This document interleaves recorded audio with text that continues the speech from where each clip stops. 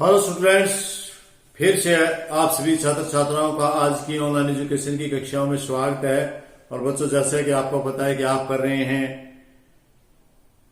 Micro economics, +2 की micro economics का lesson number 2, जिसका नाम है समष्टिगत अर्थशास्त्र की कुछ मूलभूत धारणाएं। और समष्टिगत अर्थशास्त्र की कुछ मूलभूत धारणाएं, और इनमें हमने कल की वीडियोज में आपको करवाया था अंतिम और मध्यवर्ती वस्तुओं के प्रकार के बारे में। आज हम बात करेंगे उपभोक्ता या उपभोग वस्तुएं कौन कौन सी हैं, ये कितने प्रकार की होती हैं, इनका हम उपभोक्ता वस्तु या उपभोग वस्तु कह सकते हैं। ये हमारे इकोनॉमिक्स के हिसाब से 4 प्रकार की हैं। नंबर 1, पहला हमारा है टिकाऊ वस्तुएं।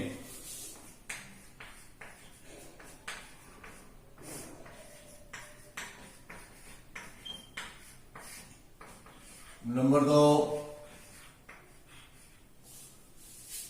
1 टिकाऊ वस्तुएं, नंबर 2 अर्ध टिकाऊ वस्तुएं।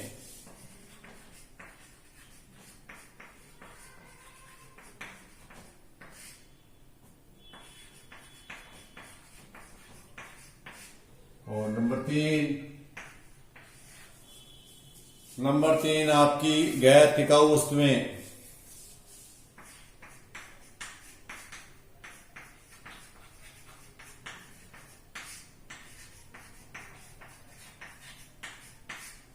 और नंबर 4 और अंतिम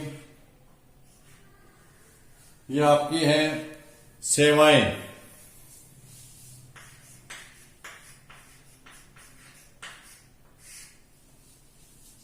तो देखिए, हमको अध्ययन के लिए इनको आसानी से 4 भागों में बांट दिया है। नंबर 1 टिकाऊ वस्तुएं। टिकाऊ वस्तुएं वे वस्तुएं हैं जिनका उपयोग, जो टिकाऊ वस्तुएं हमारी, ये जो पहले नंबर की है नंबर 1, ये वे वस्तुएं हैं जिनका प्रयोग उपभोक्ता करता है और कई वर्षों तक करता है। दोबारा से यदि हम कहें एक लंबे समय तक इनका प्रयोग होता रहता है और इनका सापेक्ष मूल्य जो अन्य वस्तुएं उनसे अधिक होता है, इनका वस्तुओं का अंत तक बार बार उपयोग किया जा सकता है। जब तक ये नष्ट नहीं होती तब तक बार बार प्रयोग किया जा सकता है इनका। जैसे रेडियो, कार, टीवी, स्कूटर, कपड़े धोने की मशीन, ये टिकाऊ उपभोक्ताओं की वस्तुएं हैं। ये लंबे समय तक, कई वर्षों तक आपके काम करते हैं। इसके बाद आता है अपना नंबर 2 अर्ध टिकाऊ। इसमें आधा शब्द आपके टिकाऊ है इसमें, लेकिन अर्ध टिकाऊ मतलब आधा टिकाऊ। कुछ टिकाऊ है लेकिन इतना टिकाऊ नहीं है। यह टिकाऊ का वस्तु ये 1 वर्ष या कुछ उससे कम या ज्यादा समय तक काम में आती हैं, उसके बाद ये नष्ट हो जाती हैं। जैसे पहनने के कपड़े हैं, और फर्नीचर है, क्रॉकरी है, बिजली का सामान है, घर के बर्तन हैं, ये अटिकाऊ वस्तुएं हैं। और इनका सापेक्ष मूल्य है, वो सापेक्ष मूल्य भी अधिक नहीं होता है। टिकाऊ वस्तुओं का सापेक्ष मूल्य बहुत अधिक होता है, जितना अधिक सापेक्ष मूल्य है उनके अपेक्षा कम होता है, अधिक नहीं होता। गैर टिकाऊ या एकल उपयोग वाली वस्तुएं कौन सी होती हैं? ये गैर टिकाऊ है, या इसको दूसरे शब्दों में कह सकते हैं एकल उपयोग। एकल का मतलब एक बार प्रयोग, एकल प्रयोग वस्तुएं। एकल प्रयोग वस्तुएं क्यों है गैर टिकाऊ वस्तुएं? क्योंकि इन्हें एक बार प्रयोग किया जाता है। इनको नाशवान वस्तुएं भी कहते हैं।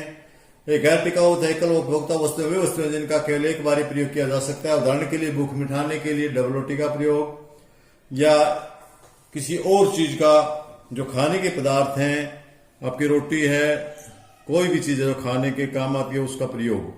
क्योंकि वो वस्तु एक बार खाने में नष्ट हो जाती है, उसका उपयोग दोबारा आप नहीं कर सकेंगे, इसलिए इनका एकल उपयोग या गैर टिकाऊ वस्तुएं कहते हैं। इनका सापेक्ष मूल्य बहुत दूसरी वस्तुओं की अपेक्षा कम होता है, और इसमें दूध, पेट्रोल, स्याही, गैस, ये सब गैर टिकाऊ या एकल उपयोग वाली वस्तुएं हैं। अब इसके बाद जो मुख्य है वो है सेवाएं रहेगा हमारा। सेवाएं नंबर 4, सेवाएं, अंतिम सेवाएं। ये सेवाएं क्या होता है? सेवाएं हमने आपके 10th क्लास में भी आपको सिखाया था कि प्राथमिक क्षेत्र, द्वितीय क्षेत्र और तृतीय क्षेत्र, तृतीय क्षेत्र में सेवाएं आती हैं, उन्हीं की बात है। इनसे हमें कोई वस्तु का लेना देना, आदान प्रदान नहीं होता, बल्कि इसके बदले में कुछ हमें गैर भौतिक वस्तुएं प्रत्यक्ष रूप से मानव की संतुष्टि करती हैं, वे मिलती हैं। गैर भौतिक, जैसे एक डॉक्टर की सेवा है, वो हमें चिकित्सक है, वो देख करके हमें बताता है कि कोई बीमार है नहीं है। वकील है, हमारा झगड़ा निपटाता है। गृह नौकर है, हमारा घर का काम करता है। और यातायात के साधन में हमें अपने एक स्थान से दूसरे स्थान पर पहुंचने की सुविधा प्रदान करते हैं। अर्थात कहने का भाव यह है कि इसमें सेवाओं में कोई वस्तु न मिलकर के हमें उसकी बल्कि कोई सुविधा मिलती है। उस सुविधा के बदले हम चौथे सुविधा इसको शामिल करते हैं। अब इसके साथ साथ ही हमने 4 प्रकार वस्तुओं को बांटा। आप देख लेना वस्तुओं को किस प्रकार आपकी वस्तु है वो प्रयोग के ऊपर डिपेंड करती है कि उसका प्रयोग कैसा है। अधिक समय तक है, लंबे समय तक, वर्षों वर्षों तक है तो टिकाऊ में आएगा। कुछ वर्षों तक है गैर अर्ध में आएगा। और एकल प्रयोग है गैर टिकाऊ में आएगा। और यदि भौतिक वस्तु न करके सिर्फ गैर भौतिक वस्तुएं हैं, अभौतिक वस्तुएं हैं, तो वे आपकी सेवा में आएंगी। अब हम बात करते हैं पूंजीगत वस्तुओं की। पूंजीगत वस्तुएं,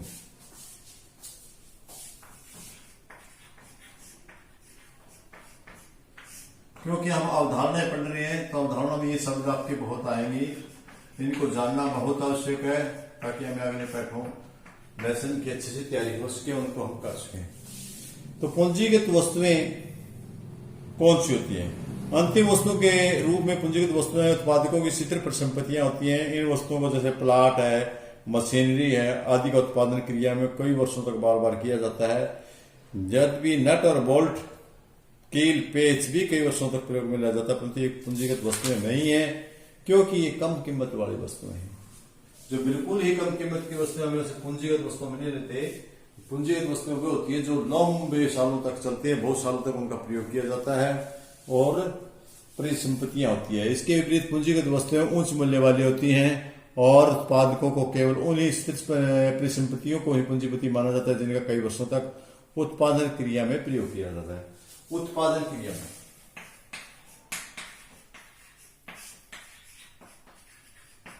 उत्पादन की जो प्रक्रिया है उस प्रक्रिया में जो प्रयोग किया जाता है उसको पूंजीपति कहते हैं। कीमत काफी होती है इनकी, ऊंच कीमत,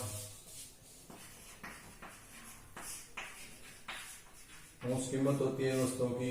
निवेश पूंजीगत किया जाता है, इसमें प्लाट, वस्तुएं, आपकी मशीनरी ये शामिल की जाती है। यहां एक छोटा सा प्रश्न है आपका कि सभी मशीनें पूंजीगत वस्तुएं नहीं होती। याद रहे, सभी मशीनें पूंजीगत वस्तुएं नहीं होती। दर्जी की दुकान में पड़ी सिलाई की मशीन है, वो स्थिर संपत्ति है, यह एक पूंजीगत वस्तु है। परंतु यदि वह वस्तु एक उपभोक्ता परिवार में गृहिणी के द्वारा प्रयोग में लाई जाती है तो पूंजी वस्तु नहीं कहलाएगी, उपभोग वस्तु कहलाएगी। तब वह केवल टिकाऊ उपयोग वाली उपभोग वस्तु कहलाएगी। इस प्रकार पर्यटक कंपनी भी एक कार पूंजीगत वस्तु है, परंतु यदि वह कार किसी उपभोक्ता परिवार के पास है तो वह टिकाऊ उपयोग उपभोक्ता वस्तु है। अतः पूंजीगत वस्तुओं की पहचान करते समय हमें सुनिश्चित कर लेना चाहिए कि अंतिम उपयोगकर्ता कौन है। यदि टिकाऊ वस्तु का अंतिम उपयोगकर्ता एक उपभोक्ता परिवार है तो यह टिकाऊ उपभोक्ता वस्तु कहलाएगी। और यदि इसके विपरीत टिकाऊ वस्तु का अंतिम प्रयोगकर्ता एक उत्पादक है तो यह पूंजीगत वस्तु कहलाएगी। उत्पादक है तो उत्पादन में यदि हिस्सा दे रही है तो ये पूंजीगत वस्तु कहलाएगी। यदि ये वस्तु पूंजीगत नहीं कहलाएगी यदि वो अंतिम उपयोगकर्ता परिवार का है या उपभोक्ता है। तो इसके साथ साथ एक छोटी सी और धारणा है, निवेश की धारणा।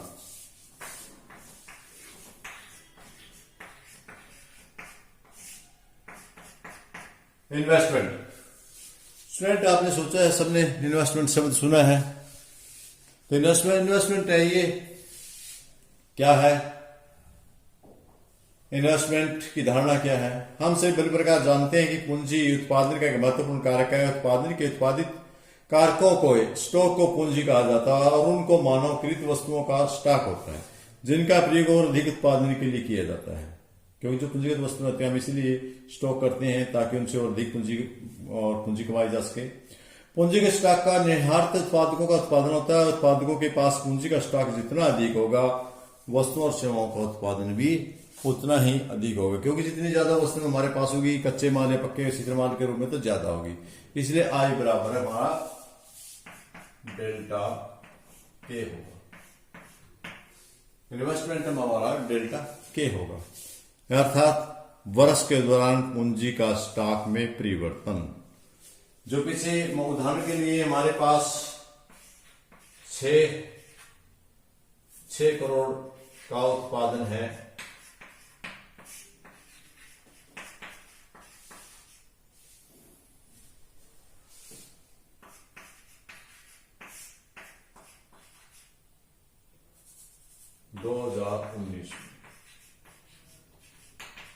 और 7 करोड़ का उत्पादन है 2021 में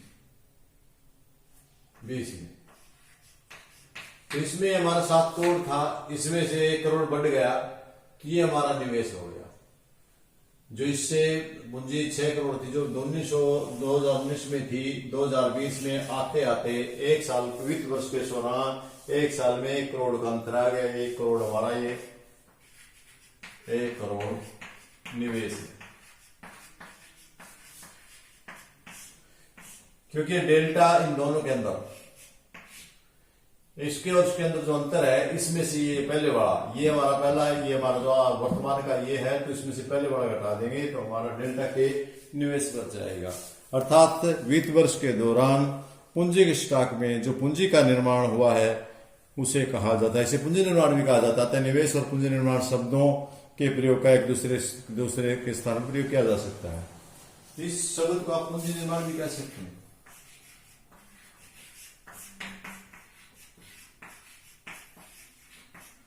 क्योंकि पूंजी का निर्माण तो वह 1 करोड़ का 6 करोड़ था और 7 करोड़ हो गया, 1 करोड़ पूंजी का निर्माण हो गया, इसलिए हम इसको निवेश कहेंगे। निवेश पूंजी निर्माण की प्रक्रिया था पूंजी के स्टॉक में वृद्धि की प्रक्रिया है। इस प्रकार हम इसको जानेंगे।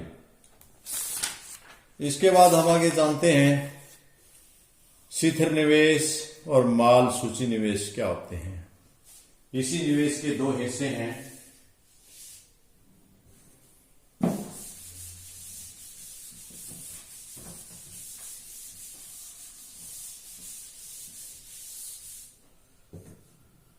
हम पढ़ रहे थे निवेश,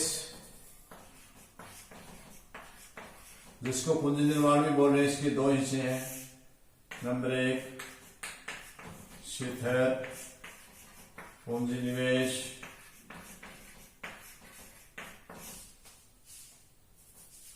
एक था क्या शिथिल पूंजी निवेश और दूसरा माल सूची निवेश।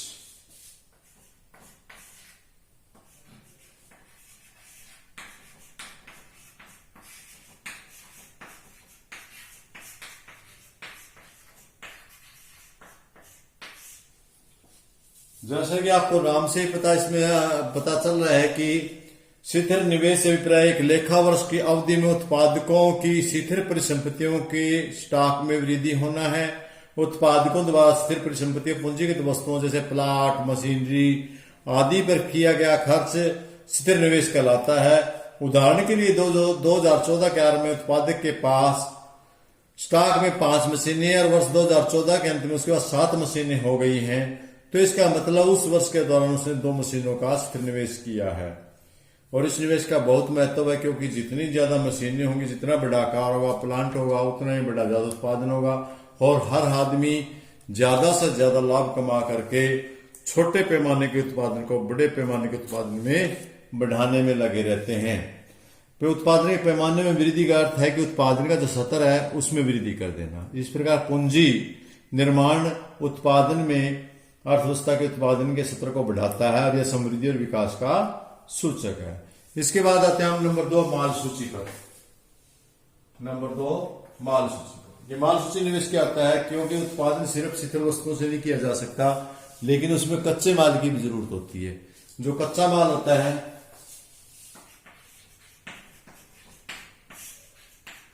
उसको हम माल सूची निवेश कहते हैं, या इसका जो तैयार माल है बिना बिका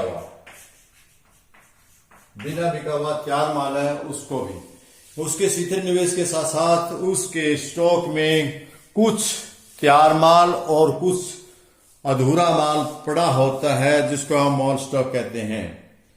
मॉल स्टॉक का नाम दिया जाता है माल सूची निवेश का महत्व। पहले माल सूची निवेश, किसी एक समय पर उत्पादकों के पास जो स्टॉक होता है उसमें तैयार वस्तुएं, बिना बिकी वस्तुएं, अर्ध तैयार वस्तुएं जो उत्पादन प्रक्रिया में चल रही हैं, कच्चे माल के रूप में सम्मिलित हैं, इसमें माल सूची स्टॉक कहा जाता है। समय के साथ साथ स्टॉक में परिवर्तन होता रहता है। वर्ष के दौरान माल सूची में परिवर्तन होने से उत्पादकों का माल सूची निवेश कहते हैं। लेखा वर्ष के अंत में माल सूची का जो स्टॉक है उसमें से ये शुरू का लेखा वर्ष के अंत में जो माल सूची स्टॉक को घटाने से उस वित्त वर्ष के दौरान माल सूची स्टॉक परिवर्तन आपको प्राप्त हो जाएगा। इसका महत्व बाजार की अनिश्चितताओं का सामना करने के लिए उद्देश्य से माल सूची को बनाए रखना होता है। पूर्ति की कमी से निपटने के लिए कच्चे माल की माल सूची आवश्यक होती है। तैयार माल की सूची बनाने का उद्देश्य मांग में होने वाली वृद्धि को पूरा करना है। बाजार में जो मांग होती है उस मांग को वृद्धि करने के लिए हम पहले ही ऑलरेडी कुछ माल बना के तैयार रखते हैं। अनचाहे माल सूची स्टॉक इकट्ठे होते जाते हैं क्योंकि बाजार की परिस्थितियों का अनुमान के विरुद्ध होता है। उदाहरण के लिए उत्पादक को उम्मीद थी कि वह 1000 वॉशिंग मशीनें बेच सकेगा, किंतु अभाव के कारण वास्तव में 500 ही मशीनें बेच पाता है। इस प्रकार स्थिति में उसके 500 मशीनें उसके पास अनचाहा माल स्टॉक बच जाता है। उत्पादक के लिए स्टॉक का कोई महत्व नहीं है, यह केवल हानि को प्रकट करता है क्योंकि उसमें पैसा तो लगा दिया, दिखेगा तो इसका फायदा होगा। तो इस प्रकार हम जानते हैं कि उत्पादन में दो प्रकार की, एक शिथिल पूंजी निवेश होता है, एक माल सूची निवेश होता है। दोनों के बारे में मैंने आपको डिटेल से बताया। मुझे उम्मीद है आप लोगों को समझ में आया होगा और अधिक जानकारी के लिए आप TRJN की बुक उठाएंगे और उसमें से कर लेंगे और मेरी ख्याल में अच्छे से समझ में आया होगा। आप इसी प्रकार पढ़ते रहें, सुनते रहें, देखते रहें और जिंदगी में आगे बढ़ते रहें। इन्हीं शुभकामनाओं के साथ आप सभी जो बच्चों से आज के लिए विदा लूंगा। फिर मिलते हैं कल नेक्स्ट टॉपिक के साथ। धन्यवाद।